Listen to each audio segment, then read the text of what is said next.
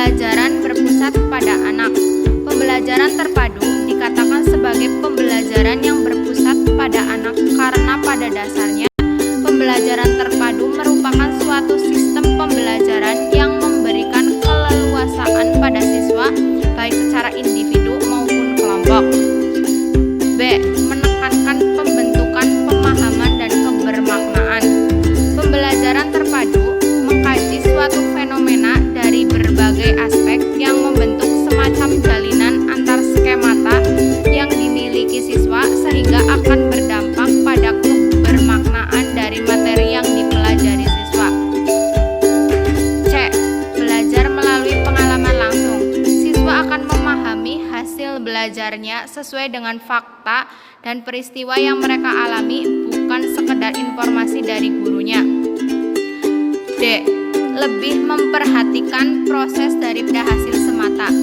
Pada pembelajaran terpadu dikembangkan pendekatan discovery inquiry, penemuan terbimbing yang melibatkan siswa secara aktif dalam proses pembelajaran, yaitu mulai dari perencanaan, pelaksanaan, sampai proses evaluasi. E. Syarat dengan muatan keterkaitan.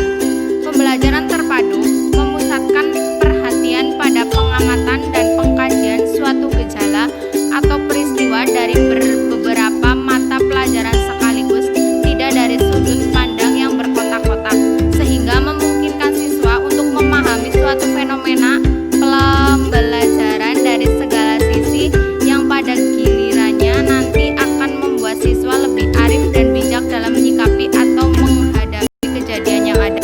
Yang ketiga yaitu ciri-ciri dari pembelajaran terpadu. Adapun ciri-cirinya yaitu A. Berpusat pada anak. B. Memberikan pengalaman langsung pada anak. C. Pemisahan antar bidang studi tidak begitu jelas. D. Menyajikan konsep dari berbagai bidang studi dalam suatu proses pembelajaran. E. Bersifat luas. F. Hasil pembelajaran dapat berkembang sesuai dengan minat dan kebutuhan anak.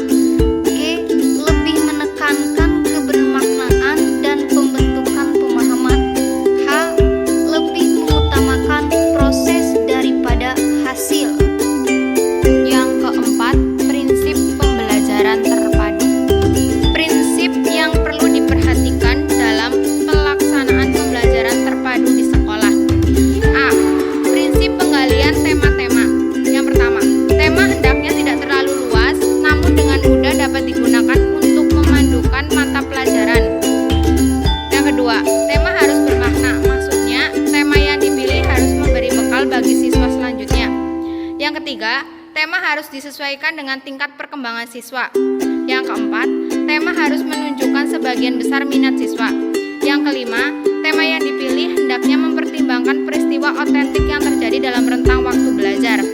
Yang keenam, tema yang dipilih hendaknya mempertimbangkan kurikulum yang berlaku di masyarakat. Yang ketujuh, tema yang dipilih hendaknya disesuaikan dengan ketersediaan sumber belajar. B. Prinsip pelaksanaan pembelajaran terpadu. Yang pertama, guru hendaknya jangan menjadi single aktor yang mendominasi pembicaraan dalam proses belajar mengajar. Yang kedua, pemberian tanggung jawab individu dan kelompok harus jelas dalam setiap tugas yang menuntut adanya kerjasama kelompok. Yang ketiga, guru perlu akomodasi terhadap ide-ide yang terkadang sama sekali tidak terpikirkan dalam proses perencanaan. Yang kelima yaitu kelebihan pembelajaran terpadu. Kelebihan tersebut didasari oleh beberapa alasan. A. Yaitu materi pelajaran menjadi dekat dengan kehidupan anak, sehingga anak dengan mudah memahami sekaligus melakukannya. B. Siswa juga dengan mudah dapat mengaitkan hubungan materi pelajaran di mata pelajaran yang satu dengan mata pelajaran lainnya. Yang C yaitu dengan bekerja dalam kelompok, siswa juga dapat mengembangkan kemampuan belajarnya dalam aspek afektif dan psikomotorik selain aspek kognitif.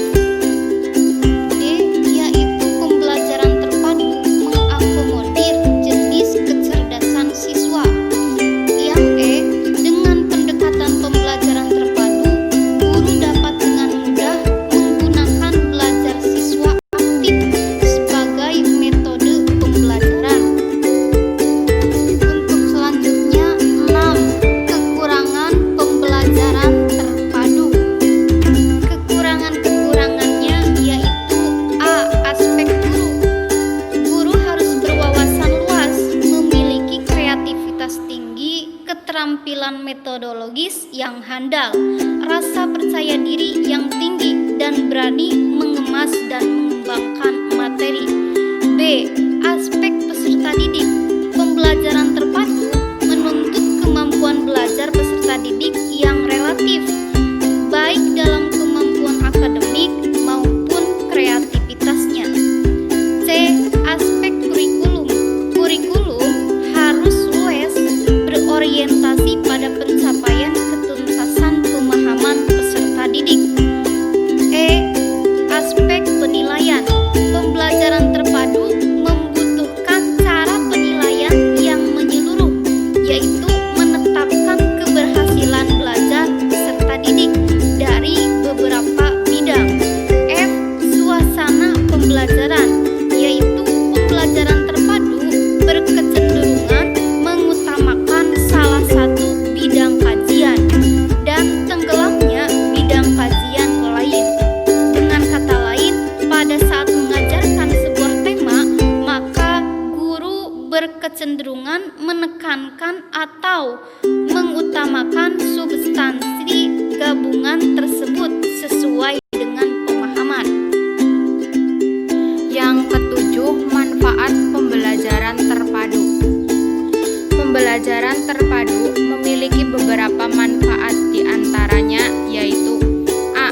Memungkinkan anak mengeksplorasi dan mengekspresikan pengetahuan dan keterampilannya melalui berbagai kegiatan. B. Meningkatkan pemahaman anak secara komprehensif. C. Meningkatkan kecakapan berpikir anak. D. Banyak topik yang tertuang di setiap mata pelajaran mempunyai keterkaitan konsep dengan yang dipelajari siswa. E. Pembelajaran terpadu memungkinkan siswa memanfaatkan keterampilannya yang dikembangkan dari mempelajari keterkaitan antar mata pelajaran. F. Pembelajaran terpadu melatih siswa untuk semakin banyak membuat hubungan inter dan antar mata pelajaran, sehingga siswa mampu memproses informasi dengan cara yang sesuai daya pikirnya dan memungkinkan berkembangnya jaringan konsep-konsep. Pembelajaran terpadu membantu siswa dapat memecahkan masalah dan berpikir kritis untuk dapat dikembangkan melalui keterampilan dalam situasi nyata. H. Daya ingat terhadap materi yang dipelajari siswa dapat ditingkatkan dengan jalan memberikan topik-topik dalam berbagai ragam situasi dan berbagai ragam kondisi. I. Dalam pembelajaran terpadu, transfer pembelajaran dapat mudah terjadi bila situasi pembelajaran